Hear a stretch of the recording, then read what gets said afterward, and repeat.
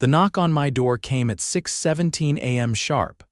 I remember because I was halfway through my first coffee, standing barefoot in the kitchen, watching the sun crawl across our backyard. I opened the door and there she stood, Marcia. Blonde bob, clipboard in hand, HOA badge hanging from a lanyard like she was some kind of mall cop. She didn't even say good morning. Your wife's car is parked in the wrong direction on the street. That's a violation of HOA Code 7.4b. I blinked. Morning to you too, Marcia. It's against the rules, she barked, jabbing a red-tipped nail at the curb. She could get ticketed. Toad, I'm calling the police. Now, I'm not a morning person, but even I could tell Marcia was itching for a fight. I glanced at my wife's cruiser. Yes, cruiser. A blacked-out Ford Interceptor with county plates parked in front of our house. Facing the wrong way, according to Marcia's holy HOA rulebook. Marcia, I said, that's a county patrol vehicle. My wife just got off a double shift. She parked and came straight inside. Marcia crossed her arms. Doesn't matter. She's not above the rules because she's a, what, security guard? I laughed, couldn't help it. She's the county sheriff. Marcia paused, her mouth twitching, but she doubled down. Sheriff or not, this is a private community. The HOA rules apply to everyone. I'm calling the police. I stepped aside and waved toward her phone. Be my guest. She did. 15 minutes later, a patrol car rolled up. A young deputy stepped out, visibly confused when Marcia ran up to him flapping her clipboard like she was directing traffic. That vehicle is illegally parked, she shouted. I want a citation issued immediately. The deputy looked over at the cruiser, then back at her. Ma'am, that's a sheriff's vehicle. I know, I told you, she hissed. It's facing the wrong way, that's a violation. The deputy scratched his head. You want me to cite the sheriff? For parking? I want the law enforced. The deputy turned toward me. Sir, is your wife, she's inside, want me to get her? He nodded, clearly uncomfortable. Yeah, maybe that's best. I walked inside and called out, Zayla, Marcia called the cops on your parking. From the hallway, my wife groaned. I'm still in uniform. Should I bring the badge too or just the handcuffs? Bring both, I said. Zayla walked out in full tan and green, badge gleaming on her chest, hair pulled back tight. She stepped outside like it was just another morning on duty, the look on Marcia's face. She froze like someone had hit pause on her remote. Deputy, Zayla said calmly, is there a problem? The deputy stammered. No, Sheriff. Apparently your vehicle's facing the wrong direction. Zayla glanced at Marcia. And who filed this complaint? Marcia's mouth opened, but nothing came out. Zayla looked back at the deputy. I parked legally.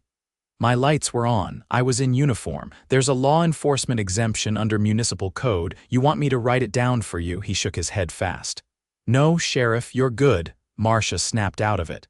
Wait, no, she lives here. That's private property. The exemption doesn't count. Zayla stepped toward Marcia, calm and slow. Are you telling a sworn law enforcement officer how the law works, Marcia? Marcia blinked. Well, I'm on the HOA board. Zayla nodded. Then you should know better than to misuse emergency services for petty complaints.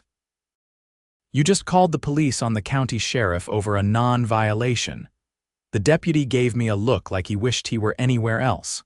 Sheriff, I'll file a report. This was a waste of resources. Zayla turned to him. Please do. As the cruiser pulled away, Marcia stood frozen in place, red in the face, hands clenched at her sides. I leaned in. You should probably read the law before calling the cops next time. She stormed off without a word, but that was just the beginning. A week later, we got a letter from the HOA. And this time, they weren't just targeting Zayla's parking. They were coming after our property. 3 days after the deputy drove off, a formal notice arrived. Not a warning, not a fine, a full-blown cease and desist order. Typed in bold, with the HOA's letterhead and Marcia's signature at the bottom. The accusation: unauthorized modification of exterior property resulting in visual disharmony with community standards. The so-called modification. A motion-activated security camera we'd installed above our garage 3 years ago, the same one that had helped officers identify a package thief last winter. Suddenly, it was a problem. Zayla held the letter up under the kitchen light. "They're digging," she said flatly. "That camera's been there since we moved in." I took the paper and read it again. The language was deliberately vague, no date of installation, no citation from community guidelines, just a demand that we remove the device within 72 hours or face legal action. Legal action. For a camera. I opened the filing cabinet and pulled out our HOA rulebook. Page after page of petty regulations, lawn length, curtain color, even the type of mailbox we were allowed to use. But nothing, absolutely nothing about exterior cameras. That evening, I walked down the block to our neighbor, Mrs. Langley, a retired school principal who had lived on the street longer than any of us. She had a camera too, installed even before ours. "Marcia's on a mission," she said, pouring sweet tea into tall glasses. "She's been saying we need to clean up the community image. That's her new phrase. She tried to cite me last month for having wind chimes. She going after anyone else for cameras," Mrs. Langley laughed, short and sharp. "Only the people who have crossed her. You, me, the Gonzalez family." Zayla and I spent that night combing through the HOA's bylaws, zoning codes, and county ordinances. She even called in a favor from a friend at the county clerk's office. By morning, we had a folder thick with everything we needed, including a copy of the original Architectural Review Committee's signed approval for our camera. Dated, with signatures. I made copies for every board member and hand-delivered them in sealed envelopes. I didn't say a word. Just nodded and walked away. But I knew it wouldn't end there. The next week, strange things started happening.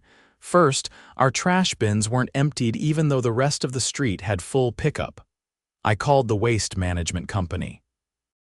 The rep quietly told me our address had been flagged for non-compliance with HOA waste container policy. A policy that didn't exist.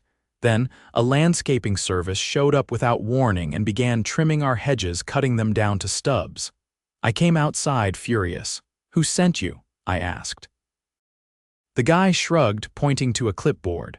"Work order from the HOA, said these were obstructing line of sight." "Line of sight to what?" "My own porch." He didn't answer, just packed up and left. Zayla filed a formal complaint with the City Code Enforcement Office. I filed one with the state HOA Regulatory Board. But the real break came when the Gonzalez family, who lived 3 houses down, came to our door. "You need to see this," Mrs. Gonzalez said, holding up her phone. It was a video, grainy but clear enough. Marcia, standing in front of their house in the middle of the night, using bolt cutters to remove their "no soliciting" sign. She didn't even flinch when the porch light clicked on automatically. She looked straight into the camera, then walked away. "Why didn't you go to the police?" Zayla asked. "We tried. They said it was a civil matter." Zayla took the phone. "Not anymore, it's not." She called the non-emergency line but used her badge number. The moment law enforcement realized the HOA president was the one committing trespass and vandalism, things shifted fast. The next day, 2 detectives knocked on Marcia's door. She tried to play innocent. Claimed she had verbal permission from the Gonzalezes. They showed her the video. She shut up. But the real storm hit when the detectives discovered Marcia had been using HOA funds over $10,000 to pay for personal landscaping, holiday lighting for her own property, and even a private security system. "That's embezzlement," the lead detective said, shaking his head as he sorted through bank statements and receipts the HOA accountant finally turned over under subpoena. The accountant, a quiet man named Derek who'd looked perpetually nervous at every HOA meeting, finally cracked under pressure. "She threatened to have me fired from the board," he said. "Said if I didn't sign off, she'd tell everyone I falsified the budget." Zayla and I sat in on the emergency board meeting that followed. Marcia wasn't invited. The remaining members, previously too scared or apathetic to speak up, voted unanimously to suspend her indefinitely pending investigation. But it didn't stop there. The county prosecutor's office charged Marcia with misuse of community funds, criminal trespass, and obstruction. Zayla testified during the grand jury proceedings. The video evidence, the forged work orders, the manipulated waste pickup, all of it painted a clear picture of a woman who had blurred the line between authority and obsession. The HOA was forced to hold a special election. For the first time in the community's history, residents demanded public candidate forums, open ballots, and an independent audit of all financials. I ran for a board seat not because I wanted power, but because I wanted to make sure no one like Marcia ever got it again. At the first public meeting after the election, I stood at the podium, a stack of documents under my arm. This HOA doesn't get to weaponize rules to punish people. That ends now, I said. There was silence and then applause. People who had lived in fear of late fees and anonymous complaints were finally speaking up, telling their stories, naming names. Zayla didn't speak. She didn't need to. Her presence alone, sitting in uniform in the front row, reminded everyone that rules aren't above the law and neither are the people who enforce them. Marcia. She took a plea deal. No jail time, but she had to pay restitution, resign permanently, and agree to stay off all HOA boards for 10 years. She moved out 2 months later. Her house sold in an estate auction after her husband, who had apparently been unaware of most of her activities, filed for divorce and relocated. The camera above our garage still clicks on every time someone walks by. But now, it's not just about watching. It's a symbol, a quiet reminder that the neighborhood belongs to all of us, not just the ones with clipboards and power trips. And every time I see a new face moving in, I make a point to walk over, shake their hand, and let them know. No one here gets to play dictator, not anymore. 2 months after Marcia moved out, things were quieter, or at least they seemed to be. The new board was still finding its footing. I'd been elected vice chair, mostly because no one else wanted to deal with the mess she'd left behind. Zayla, meanwhile, kept out of HOA business entirely.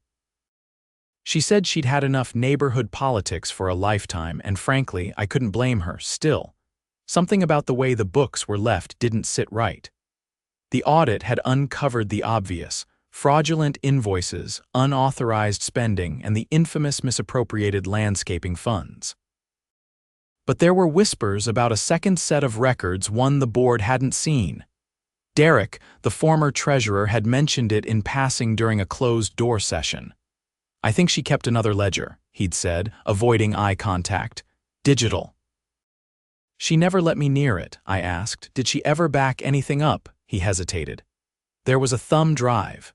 She used to keep it with her keys on a red carabiner. I saw it once when she dropped her purse." The board chair, a software consultant named Priya, leaned forward. "Did you ever see what was on it?" "No, but she always took it with her, even to meetings." He looked around nervously. "You think it matters?" I didn't answer. I didn't need to.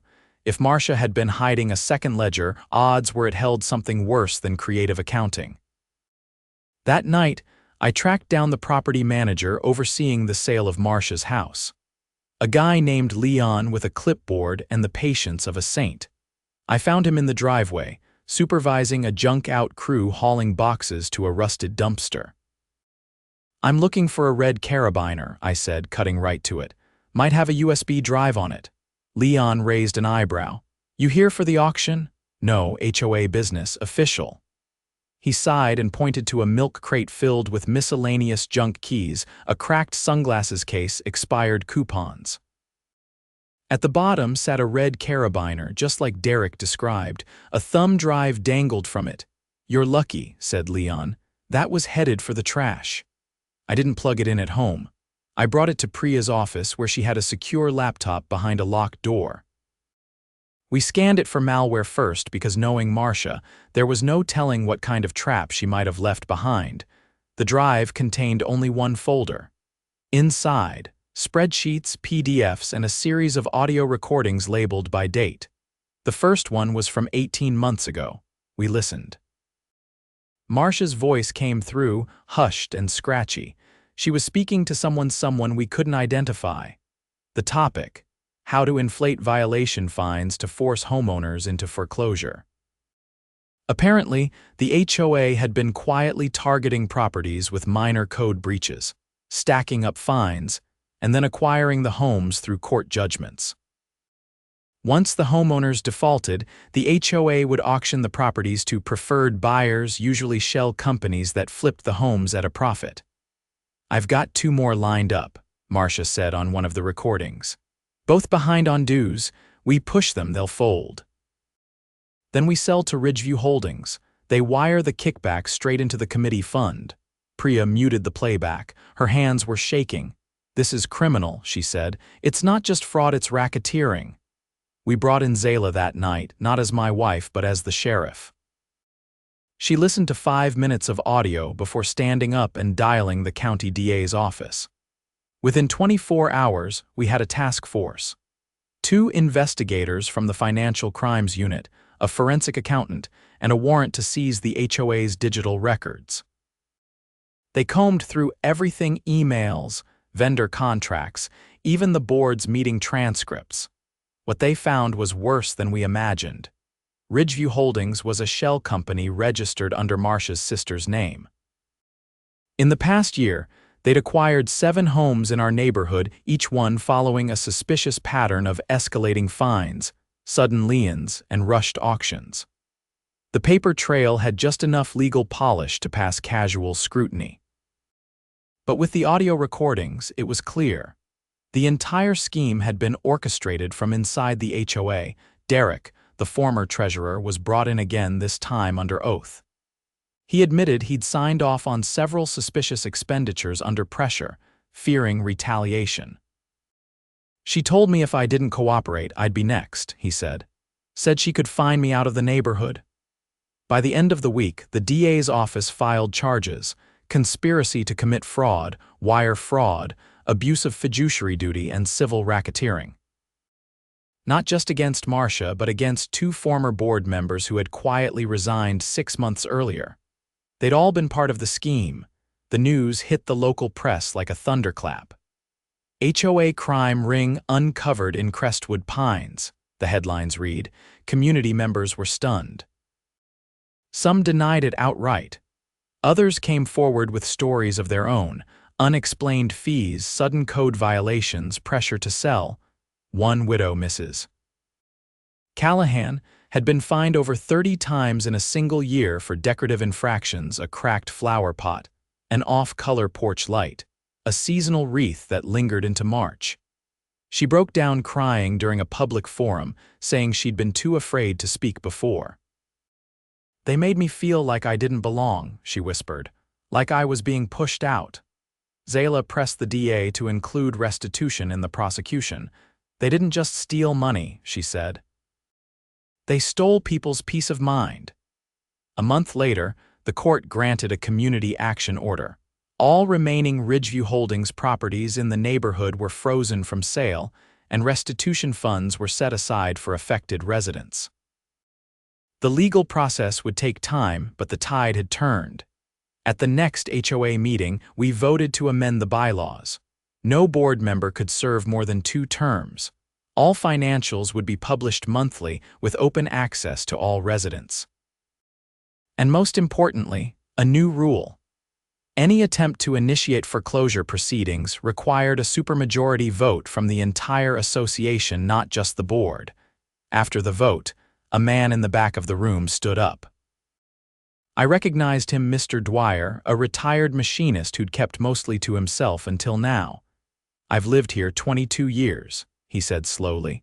"This is the first time I've felt like the HOA was working for us, not against us." The room stayed quiet for a long moment. Then someone clapped. Then another. Until the whole room was applauding, not for the board, not for me, but for the idea that accountability had finally come to Crestwood Pines. Later that night, Priya and I sat on my porch, sipping ginger ale and watching the streetlights flicker on. "You think it's over?" she asked.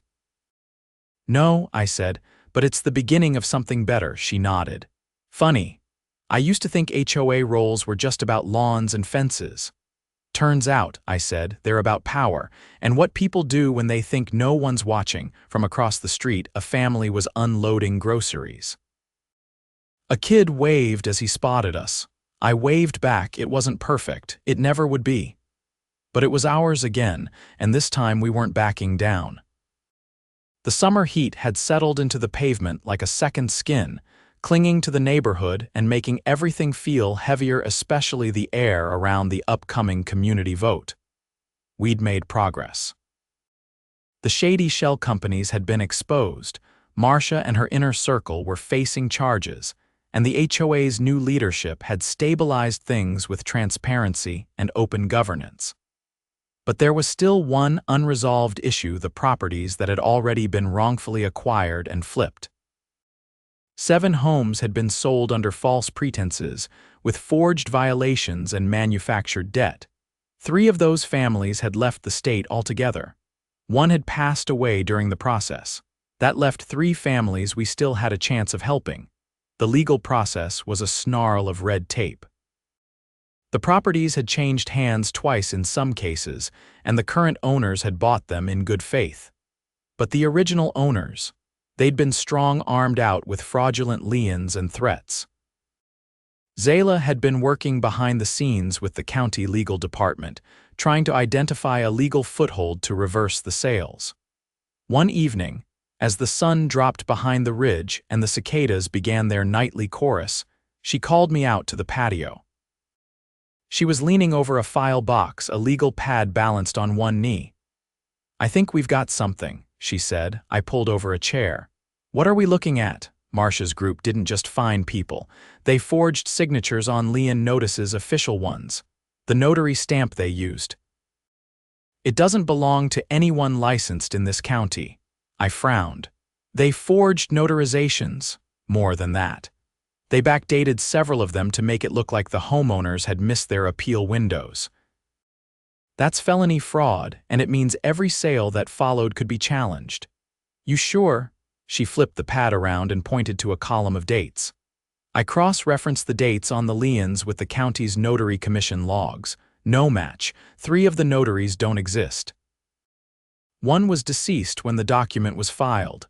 I leaned back, letting that land. "We can take it to the Attorney General." "I already did," she said, and handed me a sealed envelope. "They're opening a task force. We're getting a full investigation state level." The next 2 weeks were a blur of subpoenas, interviews, and quiet meetings at the municipal courthouse. Zayla was pulled into a series of depositions, and I was called to testify about the HOA's internal procedures during the time I served on the new board. Meanwhile, Priya and I worked with the county auditor to freeze any HOA funds that had passed through Ridgeview Holdings or its affiliates.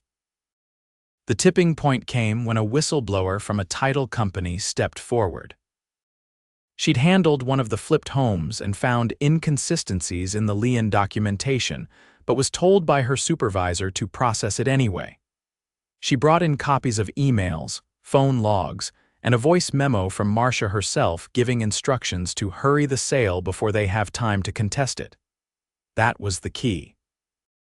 The state filed a civil racketeering suit, which allowed them to seize assets connected to the fraud. Marcia's bank accounts, her sister's holdings under Ridgeview Holdings, and even the private investigator she'd hired to dig up dirt on resisting homeowners, they were all pulled into the case. We held a special meeting at the community center, not a board meeting, an open town hall. Every resident was invited. The room was packed, standing room only, with folding chairs pushed to the walls and neighbors lining the back. Zayla stood at the front, still in uniform, but this time not as the sheriff, just as someone who lived here. She didn't raise her voice. She didn't have to. The state has determined that at least 3 properties were taken illegally. The Attorney General believes there are grounds to reverse the sales. If you were one of the families impacted, your case will be prioritized. A woman near the back, maybe in her 50s, covered her mouth with her hand. Zayla continued. "We've also worked with the county to return improperly collected fines. You'll be contacted individually. And if you were ever threatened, coerced, or intimidated by anyone acting on behalf of the HOA, there's a resource line set up for you to report it. Someone asked what happened to the current residents of those homes. "We're not displacing anyone," she said. "The AG's office is handling those negotiations. It's complicated, but we're making it right." There was a moment of stillness after she finished. Then someone started clapping. It wasn't a burst. It was steady, real. And this time, it didn't feel like relief, it felt like resolve. The following week, I stepped down from my board seat. Not because I was tired of it, but because I didn't want to become the thing I'd fought against. Power, even the good kind, has a way of sticking to people. I wanted to go back to being just a neighbor, someone who waved from the porch. Someone who helped carry groceries or mow a patch of grass no one else wanted to deal with. Priya took over as chair. She brought in a city planning consultant to help revise the community standards, not just for clarity but for future-proofing. Everything from architectural approvals to landscaping complaints would now go through a digital portal. Transparent, documented, public. Zayla, for her part, took on a new role with the Sheriff's Department liaison to the Office of Community Affairs, her first initiative. A series of workshops teaching residents their rights under HOA governance. It wasn't flashy. It wasn't dramatic. But it was real. One evening, just as the fireflies started blinking above the hedges, I walked past one of the houses that had been wrongfully taken. The lights were on again. The original owners had moved back in after a settlement. Their daughter was riding a scooter in the driveway, laughing as her dad tried to chase her without spilling a cup of lemonade. He caught my eye and raised the glass. I raised my hand back, no words, just a nod. That was enough. We never saw Marcia again. The trial never made the national news, but it didn't need to. Here in this little slice of suburbia where she once ruled with a clipboard and a threat, her name became a lesson, a warning, and eventually just a memory. The neighborhood changed, not overnight. But in the way that matters, the way people look at each other, the way they speak up, the way they show up to vote, to volunteer, to ask questions, and that camera above our garage, it's still there, not because we're afraid, but because sometimes just knowing someone's watching keeps the wolves in check. The HOA still exists. But now it serves the people, not the other way around. And every time I see a car parked on the wrong side of the street, I just smile and keep walking. Because around here, we remember what happened when someone tried to turn a neighborhood into a kingdom, and we don't let it happen twice.